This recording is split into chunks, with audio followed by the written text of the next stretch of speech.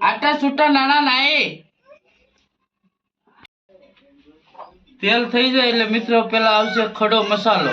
ખડો મસાલો નાખ્યા પછી આવશે ડુંગળી પછી ટમેટા અને પછી આપણે નાખશું ઝીંગા. તો અમારા બ્લોકમાં તમે બન્યા રહેજો. મિત્રો આપણું તેલ થઈ ગયું છે તો હવે નાખવાનો છે ખડો મસાલો. તો આ ખરા મસાલામાં છે બાજ્યા, તજ અને તમાલપત્ર. લવિંગ આપણે ખાવા નથી.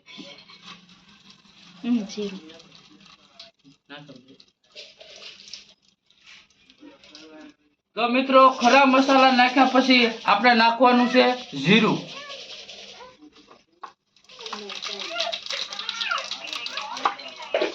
જીરું નાખ્યા પછી મિત્રો હવે આવે છે કાંદા.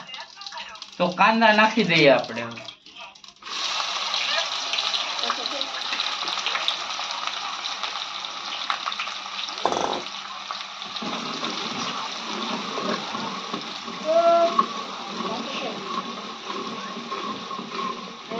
તો આને આપણી ડુંગળી બ્રાઉન થાય ત્યાં સુધી આમ હલાવતું રહેવાનું.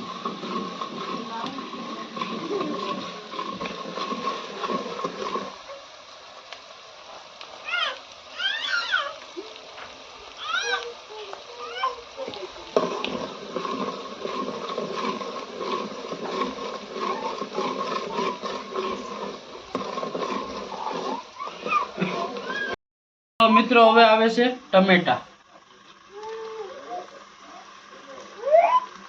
હવે આને આપણે ગ્રેવી બનાવવાની છે. ગ્રેવી બની જાય પછી એમાં નાખવાના છે ઝીંગા.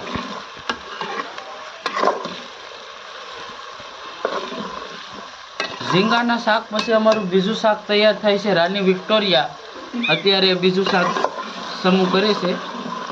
તો આપણે મરચાં હળદર નાખવાની જ હોય. અત્યારે થોડીક હળદર નાખી દઈએ તો હું ડુંગળી ને બધું કલર પકડી લે.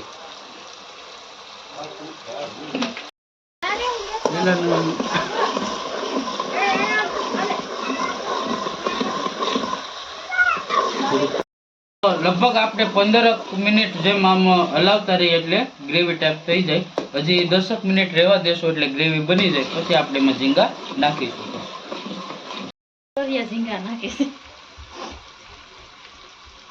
તો હવે રાની વિક્ટોરિયા એમાં ઝીંગા નાખે છે.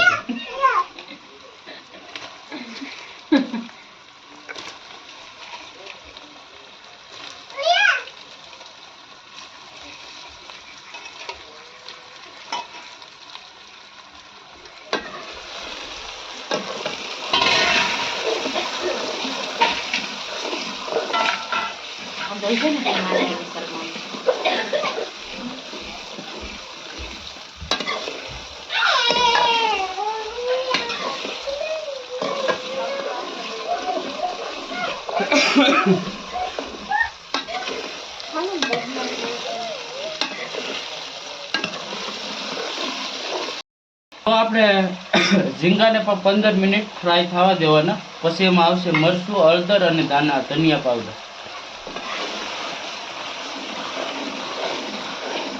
તો મિત્રો તમે જોઈ રહ્યા છો કે ઝીંગા છે લાલ કલરમાં ખાવા આવ્યા છે. મિત્રો ધાણા, જીરું, મરચું અને હળદર આવી ગઈ છે.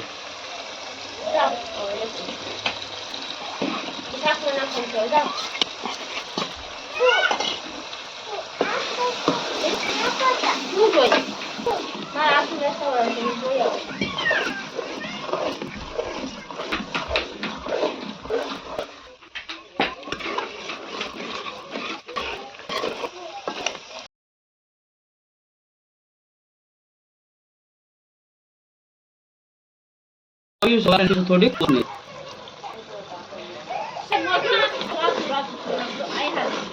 નિલેશભાઈ કહેતા હતા પેલા કે વિશાલભાઈ ગ્રેવી કેમ નથી બની, ગ્રેવી કેમ નથી બની. તો નિલેશભાઈને મેં કીધું તો થોડી તમને ગ્રેવી હોય.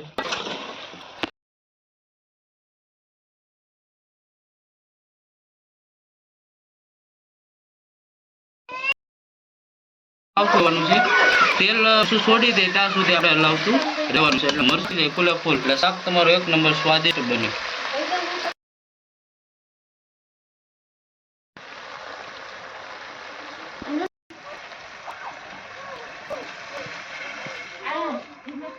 એ તો ભરલે છે.